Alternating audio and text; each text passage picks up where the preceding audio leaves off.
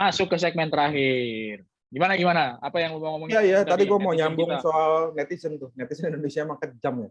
Bisa dengan cepatnya berubah gitu. Ketika kalah 0-3 tuh gue lihat Sintayong udah dibully. 0-3. Iya, 0-3 gitu kan. Udah dibully kanan kiri, udah gini kan, dari pengamat dibully, dan macam-macam dibully. Ya walaupun menurut gue sih gini sih, terlalu dini untuk ngomong. Turnamen tuh kan jangka panjang, bro. Ya, lu nggak bisa cuma berdasar. Lu lihat aja bagaimana Portugal juara Piala Eropa kan. Pertama-tama kan dia juara grup aja, apa, untuk bisa lolos dari grup aja kan peringkat 3 kalau nggak salah. Menang-menang. Iya, nggak pernah Iya, menang gitu kan. nggak menang-menang kan. Ujungnya itu kan bagaimana oke lo kalah, tapi bagaimana mempelajari kekalahan lo untuk kemudian misalnya ketemu lagi, misalnya di final gitu kan. Ya bisa lebih baik gitu kan. Dan menurut gua masalahnya gini, Bro. bagaimana? Masalahnya gini. Indonesia itu sering ketemu kalah di awal, ntar di final ketemu kalah lagi. Gitu kan. Udah sering kan gitu kan. Gue paling ingat itu tuh Piala Tiger 2000 tuh, waktu ketemu sama Thailand, ya kan? Di babak penyisihan kalah nih, 4-1 atau 4-0 gitu, 4-1 kalau nggak salah ya. Di final kalah lagi, kena hat-tricknya Worawut. Ya gue nonton itu, bro. Gue 4-1 lagi. Gue yang itu, kalau gue kan gue di depan muka sendiri, bro. Gue motret juga, liputan juga di Yangon itu kan, Rahmat Darmawan waktu itu kan. Udah kalah 1-4 nih. Tapi masuklah kita, akhirnya dramatis juga tuh. Adu head-to-head sama Myanmar, kita masuk ke semifinal, dan akhirnya ke final ketemu lagi. Kalah juga 0-1. Kalah juga gitu. Kalah mulu. Bagaimana? Tapi ngomong-ngomong gini nih, kalau ngeliat sekarang posisi sekarang nih, kita kira-kira menurut lo bisa mulus nggak nih? Kalau Sintayong pede banget sih, kita akan ketemu lagi nih di final nih. Dia udah ngomong gitu sama Vietnam. Dia udah ngukur dan lihat bahwa kemungkinan besar lawannya dia Indonesia adalah di final adalah Vietnam lagi. Kalau lu bagaimana ngeliat? Kalau lolos ke semifinal, optimis, ya kan? Ketemu dulu dong semifinal, jangan ke final dulu. Kalau Sintayong ngomong, wah gue bisa ke final, ya wajar dia pelatihnya. Kalau dia cuma ngomong, gue paling semifinal kalah, bisa dipecat dia pulang. Tapi kan kalau ngomong, kita step by step dulu. Semifinal kira-kira di grup sana siapa lawannya, bro? Ini grup yang grup B nih seru juga nih. Orang kan mikirnya Thailand nih bakal jadi juara grup.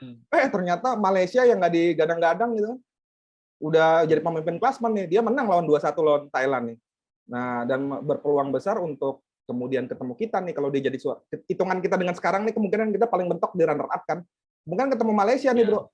Dan udah perang cyber juga tuh, Brett Malone itu pelatihnya tuh Australia itu udah ngoceh aja, Indonesia tuh nggak terlalu bagus, dia nggak bakal sampai final. Lagu lama antara dua negara ini. Kalau lawan Malaysia gue masih optimis lah. Ya, faktor non teknis itu jadi nggak terlalu besar pengaruhnya kalau lawan Malaysia, karena faktor non teknisnya juga besar banget gitu. Dan kalau melihat trennya sekarang ini, belakangan ini, Indonesia lawan Malaysia, ya masih optimis lah ya. Apalagi kalau anak-anak Sadil balik, ya kan, pemain-pemain yang dari luar negeri itu, misalnya Elkan Bagot ternyata datang, Witan sama Egy masih on fire, optimistis lah ya lawan Malaysia. Cuman kalau di final lawan Vietnam, ini PR sih ya. Bukan cuma karena masalah tuan rumah, Gap-nya masih terlalu jauh ya, bro ya, kalau lihat dari pertandingan pertama ya. Gap kualitas kita sama mereka ya. Mainnya Vietnam itu memang lagi bagus-bagusnya ya. 3-4 tahun belakangan, 5 tahun belakangan inilah, kalau menurut gue memang lagi bagus-bagusnya. Ya Raja sebenarnya walaupun mereka nggak juara Piala AFF, menurut gue secara permainan kemarin mereka juga sebenarnya bagus, cuma nggak laki aja gitu kan, terakhir gitu. Ya kalau secara kualitas benar kata lo, kita tuh ada gap karena oke lah kita bisa nahan mereka waktu di Piala AFF. Kita ngomong berasumsi kan pemainnya hampir sama nih ya.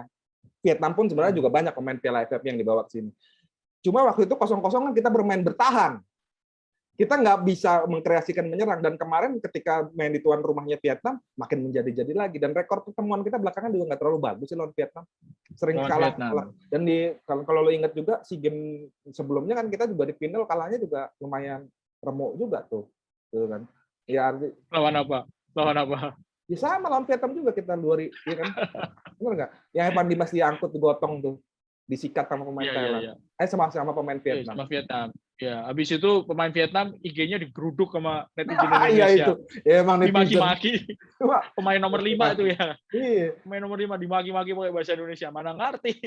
Tapi Vietnam nih menurut gua mirip Italia nih, bro. Raja tega juga. Artinya kadang-kadang kalau bukan kadang-kadang, kalau lo mau menangi perang itu, ya sometimes nggak harus dengan cara yang baik kan. Kalau Indonesia ini santun kayak Inggris, kesayangan gue, dikerjain orang cuma bisa ngeluh, tapi nggak dilawan gitu loh. Kalau Vietnam ini kan dia udah tahu nih Evan Dimas nih berbahaya nih, disikat bener gitu loh. Nah ini yang gue takutin, kadang-kadang pride kita tuh terlalu tinggi untuk urusan kayak gini gitu. Gue malah kadang bilang-bilang, gue berpikirnya gini juga, Indonesia nih galaknya di kandang doang nih, kalau di liga lokal aja pada mainnya ampun-ampun ya. Ganas-ganas begitu ngadepin tim luar, kadang-kadang malah jadi nggak terlalu keluar ininya, etos kerasnya kita gitu loh. Menarik sih, menarik juga. Kalau lo ingat bagaimana Bayi Haki Kaisan nyikat Boas yang lagi on fire. Nah itu memang benar. Kayaknya Indonesia ini terlalu santun gitu ya. Padahal dengan tackling ataupun dengan marking yang keras ataupun ya untuk nakut-nakutin pemain bintangnya lawan itu memang wajar gitu sebetulnya gitu kan. Bagaimana Maradona babak belur itu di Piala Dunia 86 itu di final itu kan. Ya memang wajar sebenarnya. Nah Indonesia ini yang sebenarnya agak-agak benar kata lo, santun gitu. Kalau ketemu Indonesia nih sekarang pemain lawan ngincer Egy sama Witan, wajar. Dan gini bro, kalau Indonesia kadang-kadang nggak, kalaupun misalnya itu dia nggak terkendali pemain kita. Ujung-ujungnya misalnya nih, ntar lawan Malaysia, kan selalu klasik nih, Malaysia letak dijegal dikit, lama-lama kita panas, kartu merah. Yang sering kali kayak gitu gitu loh. Justru kalau kayak Vietnam ini mereka udah benar-benar ditaktikin gitu kan. Gua mau matiin Evan Dimas nih. Disikat bener ya, atau Singapura waktu itu kita baik, emang niat banget kan, udah lu sikat bagaimana ceritanya. Kalau kita nih kepancingnya marah yang ada nempeleng orang, kartu merah gitu ya, nggak perlu, justru nggak terkonversi sama pertandingan. Benar. Kalau Vietnam, Malaysia atau Singapura gitu ya, gue marking pemain ini sampai misalnya dia mati kutu, gue dapat kartu kuning nggak apa-apa gitu ya. Kalau misalnya dia akhirnya cedera ya itu resiko gitu. Tapi kalau misalnya dia nggak bisa kontribusi banyak, gue dapat kartu kuning nggak apa-apa. Nah itu kan sepadan gitu kan ya. Nah kalau nempeleng orang gitu, dorong orang. Sadil itu kan juga pernah kasus di SEA Games, kena kartu merah kalau nggak salah. Lo inget nggak itu yang siapa Abdul Lestaluhu nendang bola ke benchnya lawan. Nah, itu kan benar-benar nggak perlu gitu kan. Benar-benar nggak perlu. Jadi memang faktor emosi lah ya. Faktor emosi kalau misalnya kita ketemu di semifinal lawan Malaysia, lagi-lagi faktor emosi yang harus kata Ustadz Jainuddin MZ nih, pengendalian diri bro, yang penting bro, pengendalian diri gitu loh. Ya lo boleh marah, tapi marahnya tuh lo luapkan aja dengan taktikal gitu. Ya kalau lo mau matiin misalnya pemain Vietnam nih, strikernya kemarin kan gila bener tuh kan, heading ngeri. Lo sikut nggak apa-apa, tapi ceritanya jangan lo malah marah nonjok dia gitu sih kalau gua. Gitu. Atau lawan Malaysia nih, kita dia pura-pura cedera dan macam-macam, diamin aja gitu kan. Kan lo yang penting bola nggak lewat gitu, nggak perlu lo reaksi berlebihan gitu kan. Dia pura-pura depan wasit, diamin aja gitu kan, sampai dia pusing sendiri gitu. Kalau gua sih berharapnya begitu aja gitu, jangan terlalu naif lah main bola gitu.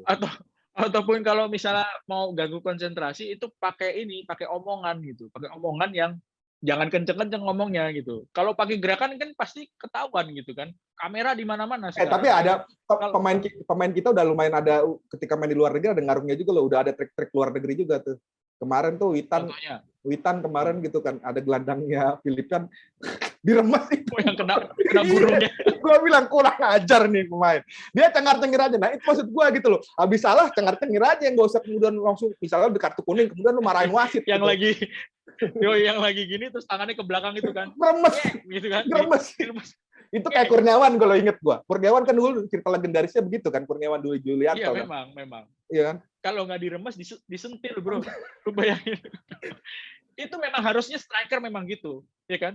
Biasanya striker kan gini, dijagain di belakang nih, ya kan? Gue juga diceritain itu sama Kurniawan, dijagain sama back di belakang.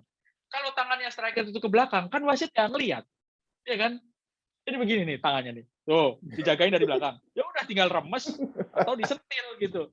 Emang begitu triknya striker ya, dan yang cara-cara kayak gitu tuh harusnya dipakai sama pemain kita gitu. Ya, dan itu di Eropa kan sering kejadian. Lu kalau lu ingat cerita legendaris waktu AC Milan ketemu Manchester United, ada satu momen kan Wayne Rooney-nya Wayne membeku lu. Enggak, ada Wayne Rooney kan mainnya jelek banget gitu kan. Ya ternyata sama Maldini cuma dibisikin doang. Lu anak kecil, nggak usah belagu-belagu gitu kan. Itu 90 menit itu orang nggak bisa ngapa-ngapain, bro. Padahal Maldini dari posisi tua gitu kan, dia cuma pepet terus, cuma dia cuma bisikin doang. Anak muda, jangan macam-macam lu. Yang kayak gitu-gitu artinya memang semestinya itu dalam sepak bola sering terjadi. Dan di Eropa itu kayak gitu mainnya kan, cara-caranya gitu kan. Triki-triki yang ya sedikit nakal tapi justru nggak merugikan timnya gitu loh.